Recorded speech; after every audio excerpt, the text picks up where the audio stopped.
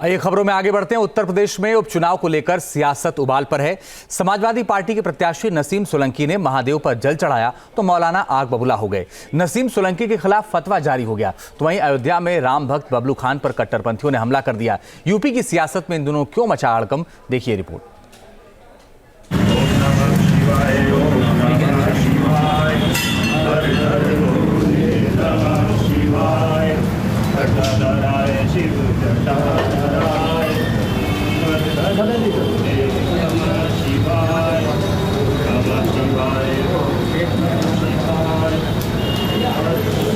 कानपुर में मुस्लिम कैंडिडेट ने किया जलाभिषेक तो मुस्लिम मौलानाओं को रास नहीं आया।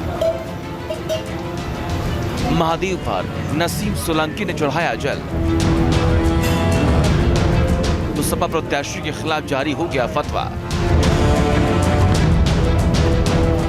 नसीम सोलंकी की शिव साधना पर भड़के मौलाना। दिवाली की रात समाजवादी पार्टी प्रत्याशी नसीम सोलंकी ने शिव मंदिर में पूजा अर्चना की तो मौलाना आपे से बाहर हो गए। आधी रात को मंदिर में उनकी शिव साधना मौलानाओं को रास नहीं आई। अगले दिन इरफान सोलंकी की पत्नी और सीसा मऊ सीट से सपा उम्मीदवार नसीम सोलंकी के खिलाफ फतवा जारी कर दिया गया।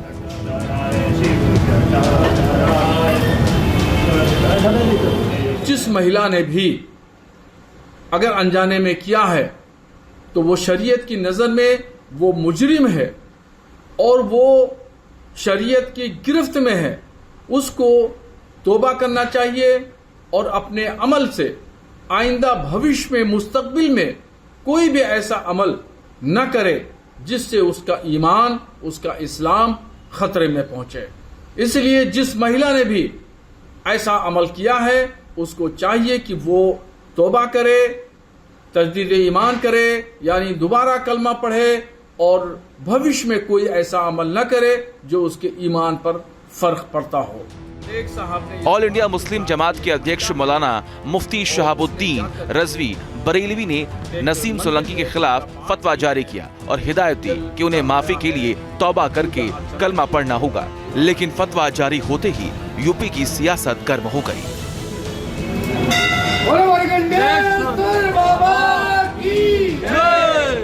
तो हमारे यहाँ एक उसूल है कि हम किसी मूर्ति की पूजा नहीं करते, बल्कि हम बराह रास्त उस नूर की और उस ताकत की पूजा करते हैं जो सारी कायनात का खालिक और मालिक है। उसका कोई आकार नहीं है। अब अगर हमारा आदमी उसके खिलाफ जाता है तो उसको तजदीद ईमान करना चाहिए, सच्ची तौबा करनी चाहिए। रहा मसला इन सियासी लोगों का, तो इनके यहाँ तो अकीदत के बजाय अपनी मफाद परस्ती इनके जहन और फिक्र में रहती है। अगर इरफान सोलंकी की वाइफ ने ऐसा किया है तो वो ईमानी रूह के बिल्कुल खिलाफ है। दरअसल सीसामऊ से सपा प्रत्याशी नसीम सोलंकी ने अपने चुनाव प्रचार की शुरुआत वनखंडेश्वर मंदिर में शिवलिंग का जलाभिषेक करके किया। उन्होंने यहां दिवाली के मौके पर दिए भी जलाए थे, लेकिन नसीम सोलंकी के शिव साधना से पीटीए गठबंधन में हड़कंप मच गया। जो आग समाजवादी पार्टी ने लगाई है, आज वो अपनी आग में खुद ही घिर गई है। कट्टरपंथ लगातार बढ़ाने का काम समाजवादी पार्टी करती रही है, मजहबी तुष्टीकरण करने का काम करती रही है। अब इरफान सोलंकी की पत्नी नसीम सोलंकी वो भगवान शिव की पूजा अर्चना करने के लिए चुनाव के वक्त पे चली गई, तो ये बात कट्टरपंथियों को अब नागवार गुजर गई है और इसलिए कट्टरपंथी अब फतवा जारी कर रहे हैं। इसलिए जब दूसरों के घर में आग लगाते हैं ना, तो अपने घर में भी आग कभी न कभी पहुंची जाती है। कट्टरपंथ से देश का भला नहीं होने वाला है, सबका साथ सबका विकास से भला होने वाला है। वैसे भी चुनाव के आधार पर जो लोग भक्ति प्रदर्शन करने लगते हैं ना, उनका ऐसा ही हश्र होता है। दरअसल कानपुर की सीसामऊ विधानसभा सीट पर 13 नवंबर को उपचुनाव होने हैं, जिसमें समाजवादी पार्टी ने पूर्व विधायक इरफान सोलंकी की पत्नी नसीम सोलंकी को प्रत्याशी बनाया है। अपने प्रचार अभियान के दौरान नसीम सोलंकी ने वनखंडेश्वर मंदिर में शिवलिंग का जलाभिषेक किया, जिसका वीडियो सोशल मीडिया पर वायरल हुआ तो बवाल शुरू हो गया।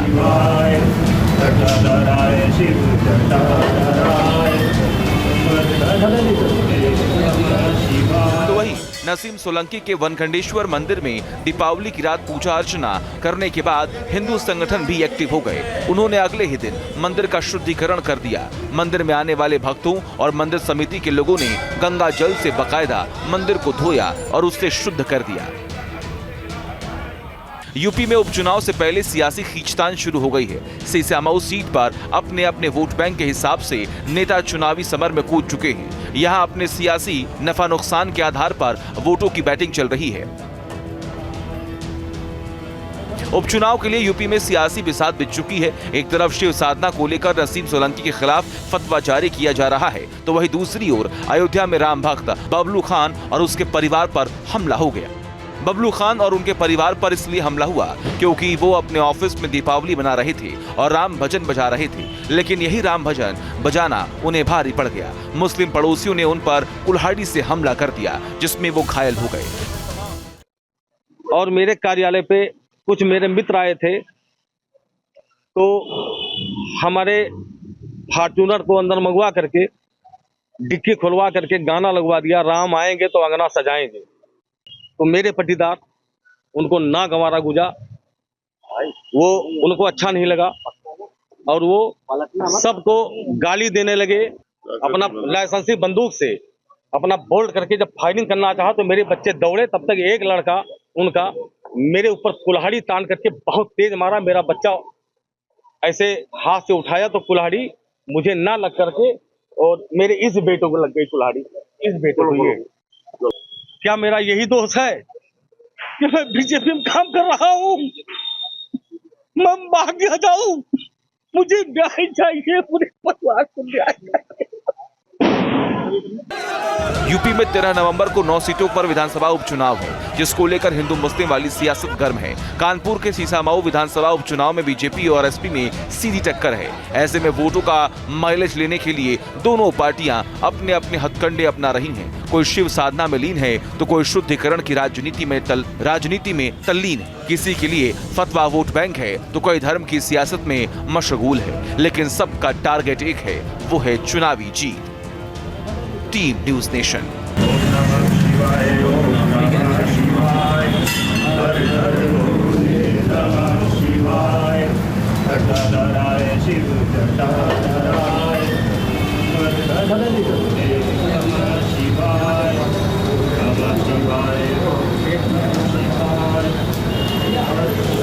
कानपुर में मुस्लिम कैंडिडेट ने किया जलाभिषेक, तो मुस्लिम मौलानाओं को रास नहीं आया। महादेव पर नसीम सोलंकी ने चढ़ाया जल, तो सपा प्रत्याशी के खिलाफ जारी हो गया फतवा। नसीम सोलंकी की शिव साधना पर भड़के मौलाना। दिवाली की रात समाजवादी पार्टी प्रत्याशी नसीम सोलंकी ने शिव मंदिर में पूजा अर्चना की, तो मौलाना आपे से बाहर हो गए। आधी रात को मंदिर में उनकी शिव साधना मौलानाओं को रास नहीं आई। अगले दिन इरफान सोलंकी की पत्नी और सीसामऊ सीट से सपा उम्मीदवार नसीम सोलंकी के खिलाफ फतवा जारी कर दिया गया।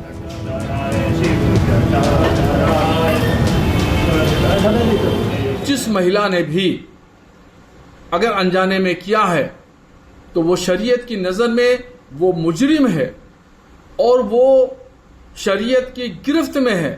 उसको तौबा करना चाहिए और अपने अमल से आइंदा भविष्य में मुस्तकबिल में कोई भी ऐसा अमल न करे जिससे उसका ईमान, उसका इस्लाम खतरे में पहुंचे। इसलिए जिस महिला ने भी ऐसा अमल किया है उसको चाहिए कि वो तौबा करे, तजदीद ईमान करे, यानी दोबारा कलमा पढ़े और भविष्य में कोई ऐसा अमल न करे जो उसके ईमान पर फर्क पड़ता हो।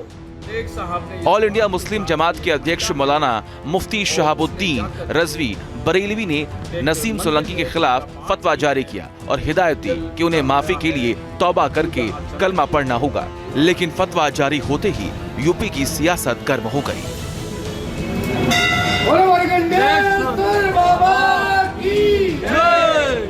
तो हमारे यहाँ एक उसूल है कि हम किसी मूर्ति की पूजा नहीं करते, बल्कि हम बराह रास्त उस नूर की और उस ताकत की पूजा करते हैं जो सारी कायनात का खालिक और मालिक है। उसका कोई आकार नहीं है। अब अगर हमारा आदमी उसके खिलाफ जाता है तो उसको तजदीद ईमान करना चाहिए, सच्ची तौबा करनी चाहिए। रहा मसला इन सियासी लोगों का, तो इनके यहाँ तो अकीदत के बजाय अपनी मफाद परस्ती इनके जहन और फिक्र में रहती है। अगर इरफान सोलंकी की वाइफ ने ऐसा किया है तो वो ईमानी रूह के बिल्कुल खिलाफ है। दरअसल सीसामऊ से सपा प्रत्याशी नसीम सोलंकी ने अपने चुनाव प्रचार की शुरुआत वनखंडेश्वर मंदिर में शिवलिंग का जलाभिषेक करके किया। उन्होंने यहां दिवाली के मौके पर दिए भी जलाए थे, लेकिन नसीम सोलंकी के शिव साधना से पीटीए गठबंधन में हड़कंप मच गया। जो आग समाजवादी पार्टी ने लगाई है, आज वो अपनी आग में खुद ही घिर गई है। कट्टरपंथ लगातार बढ़ाने का काम समाजवादी पार्टी करती रही है, मजहबी तुष्टीकरण करने का काम करती रही है।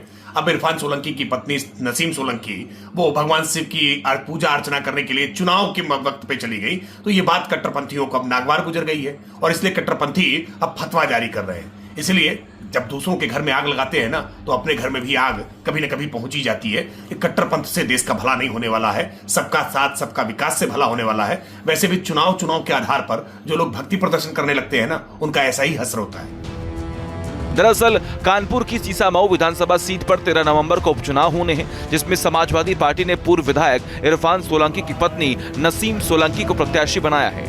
अपने प्रचार अभियान के दौरान नसीम सोलंकी ने वनखंडेश्वर मंदिर में शिवलिंग का जलाभिषेक किया, जिसका वीडियो सोशल मीडिया पर वायरल हुआ तो बवाल शुरू हो गया।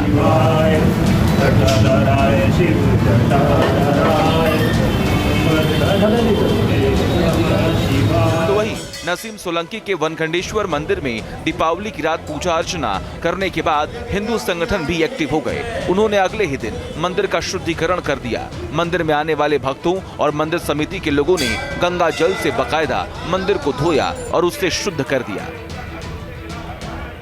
यूपी में उपचुनाव से पहले सियासी खींचतान शुरू हो गई है। सीसामऊ सीट पर अपने अपने वोट बैंक के हिसाब से नेता चुनावी समर में कूद चुके हैं। यहां अपने सियासी नफा नुकसान के आधार पर वोटों की बैटिंग चल रही है।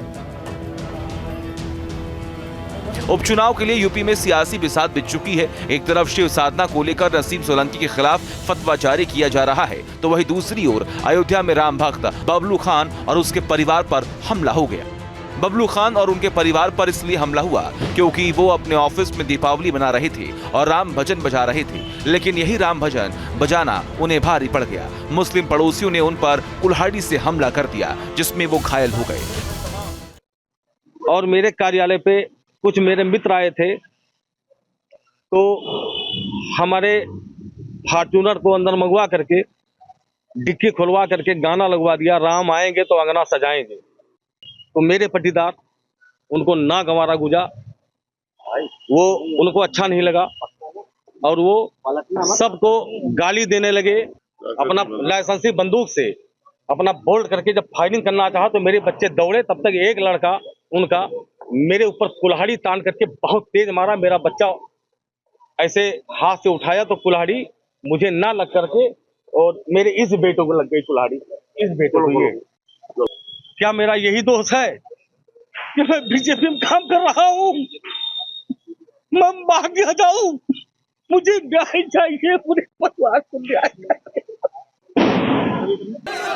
यूपी में 13 नवंबर को 9 सीटों पर विधानसभा उपचुनाव है, जिसको लेकर हिंदू मुस्लिम वाली सियासत गर्म है। कानपुर के सीसामऊ विधानसभा उपचुनाव में बीजेपी और एसपी में सीधी टक्कर है। ऐसे में वोटों का माइलेज लेने के लिए दोनों पार्टियां अपने अपने हथकंडे अपना रही हैं। कोई शिव साधना में लीन है तो कोई शुद्धिकरण की राजनीति में तल्लीन है। किसी के लिए फतवा वोट बैंक है तो कोई धर्म की सियासत में मशगूल है, लेकिन सबका टारगेट एक है, वो है चुनावी जीत।